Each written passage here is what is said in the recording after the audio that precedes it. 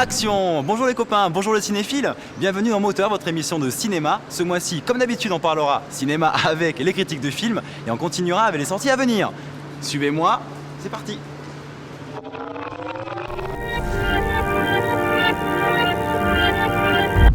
Aïe! Ah! Oh!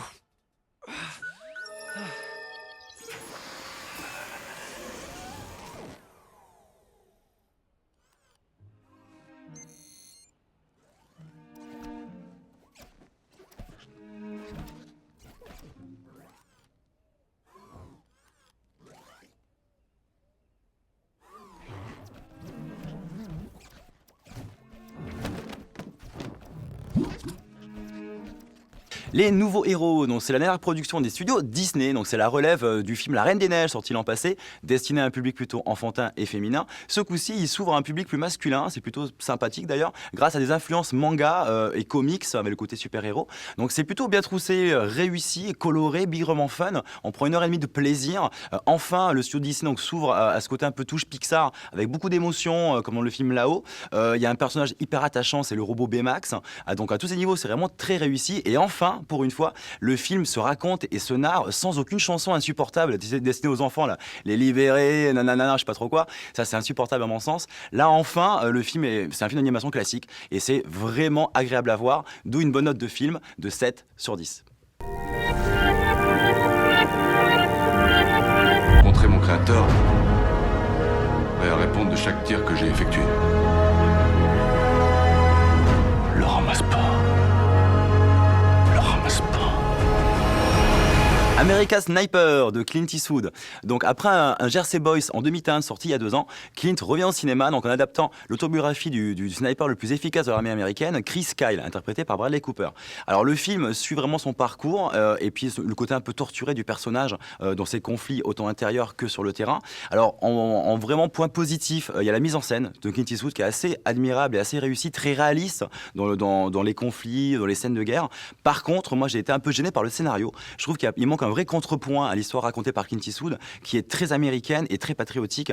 J'ai un petit peu de mal avec le bien fondé des actions du héros, mais vraiment mis en avant et sans montrer un petit peu également ce que pourrait ressentir l'ennemi, qui est très caricaturé, autant dans le conflit que dans les actions des personnages. Voilà, ça m'a un petit peu gêné. Donc le scénar étant à mon sens un petit peu raté, et même le final aussi qui est très très très raté, tout ça me gêne un petit peu. Donc note du film moyenne de 5 sur 10.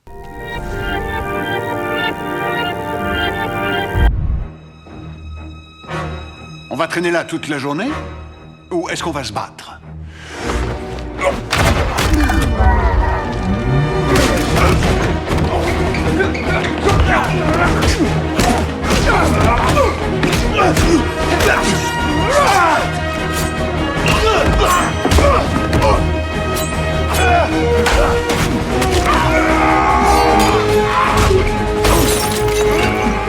« 2015 marque le retour au cinéma de James Bond, dont le film Spectre sortira en fin d'année, mais aussi voit l'arrivée d'un nouveau film d'espionnage qui s'appelle Kingsman. Alors, on est quand même dans le côté espion, mais le côté fun et délirant, pas dans le côté réaliste et sombre interprété par le nouveau personnage de Daniel Craig. Là, Kingsman, c'est vraiment le retour au film d'espionnage juste fun, juste bourré d'idées et d'action, mais destiné vraiment à se prendre une bonne tranche de plaisir au cinéma. Alors, c'est interprété par Colin Firth, qui joue le rôle principal, et il retrouve ce côté cool attitude anglais, ce côté flegme imperturbable, c'est très agréable. Les scènes d'action sont violentes comme dans un bon Tarantino. Il y a beaucoup d'humour pendant 2 heures. Il y a beaucoup de bonnes idées de mise en scène, notamment une séquence un petit peu délirante, mais c'est rarement vu au cinéma, où au lieu de faire éclater des têtes, en fait, on voit des feux d'artifice à l'écran qui symbolisent les giclées de sang.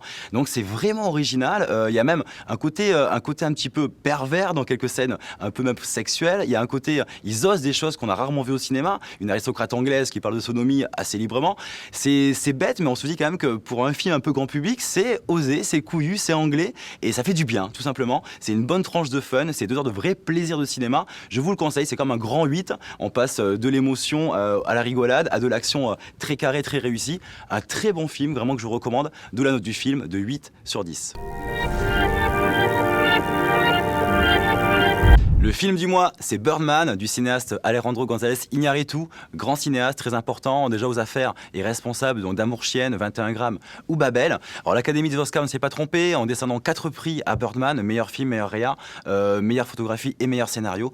Alors pour moi, tout simplement, c'est une grosse claque de cinéma. Je me suis régalé de bout en bout pendant 2 heures ce film-là. C'est pour moi un des films les plus importants de ces dernières années parce que le thème abordé est très très fort. Cet acteur en fait, c'est un ancien acteur d'Hollywood, un peu en déchéance qui revient au théâtre sur New York. On peut y voir aussi le portrait de Michael Keaton, interprète, qui a été donc à jouer Batman au cinéma pour Tim Burton et il a été après un petit peu en perte de vitesse.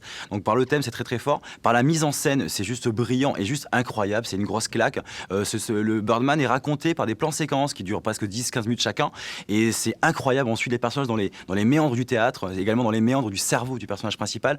C'est riche, c'est passionnant de bout en bout. C'est un film qui est vraiment à mon sens important. D'où une très bonne note de 9/10. Le navet du mois, c'est le Jupiter Ascending des frères Wachowski.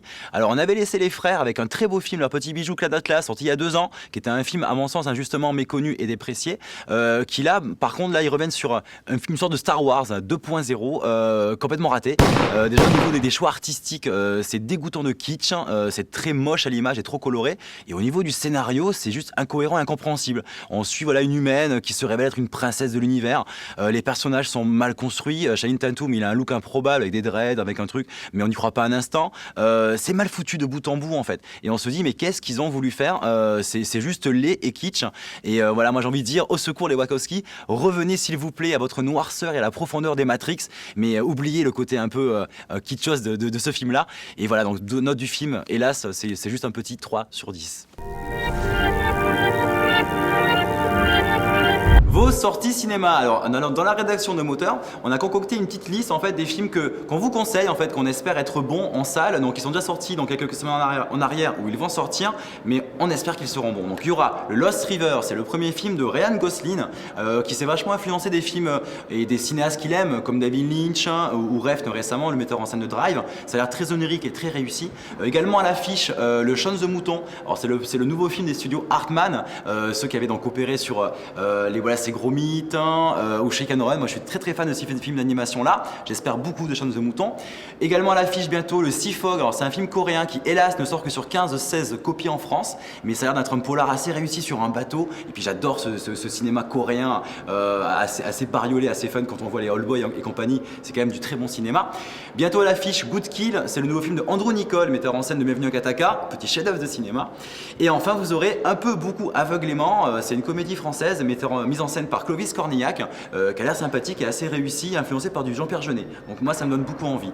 Par contre, pour finir cette séquence, on peut dire que les films qu'on attend le moins à la réaction de Moteur, ce sont des films plutôt un petit peu gros buster, un peu blockbuster américain, Fast and Furious 7 notamment. Moi j'attends rien de ce film-là, ou le Avengers 2. Je suis pas très fan du premier déjà, donc je sais pas trop comment sera le second, mais voilà, on vous le conseille pas trop. Et pour finir, le film français Entre Amis, qui n'a pas des très bons retours presse, ni des retours publics, donc voilà, rien à attendre non plus de ce film-là. Voilà pour votre numéro de Moteur, j'ai été ravi de vous retrouver pour ces critiques, j'espère que vous aussi. Ravi également de vous annoncer une très très bonne nouvelle, notre film Bison, en fait une co-réalisation que j'ai réalisée avec Jean-Luc Molly, Richard Corzo et Ludovic Boujon, a été sélectionné au Short Film Corner du Festival de Cannes, donc c'est quand même assez énorme, on est très très fiers pour l'équipe technique, pour tous ceux qui ont participé au film. C'est vraiment chouette de présenter le film là-bas, de le défendre là-bas. Si on peut, on récupère quelques petites images sympas dès la montée des marches et autres pour le prochain numéro de Moteur. Donc voilà, je vous embrasse, plein de bisous à vous et plein de bons moments à vous dans les prochaines semaines. A très bientôt pour le prochain numéro de Moteur et je vous dis coupez, bisous les amis.